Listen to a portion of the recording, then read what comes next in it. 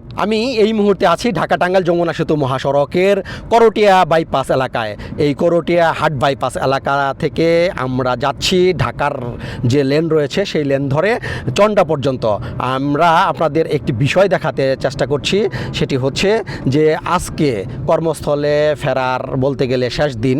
বেশ কয়েকদিন যাবৎ এই মহাসড়ক ধরে যারা বাড়ি ফিরেছিলেন ঠিক আবার এই মহাসড়ক ধরেই তারা কর্মস্থলে ফিরতে শুরু করেছেন। আজকের দৃশ্য যদি আপনাদের বলি, এই মহাসড়কে যানবাহনের সংখ্যা বৃদ্ধি পেয়েছে, তবে এই মহাসড়কের কোথাও কোনো দীর্ঘ যানজট বা যানবাহনের যে জটলা সেটি কিন্তু ৭১ টেলিভিশনের ক্যামেরায় ধরা পড়েনি। তবে একটি বিষয় আমি আপনাদের সাথে শেয়ার করতে চাই, সেটি হচ্ছে এই মহাসড়কের বেশ কয়েকটি গুরুত্বপূর্ণ বাস স্ট্যান্ড এলাকা রয়েছে।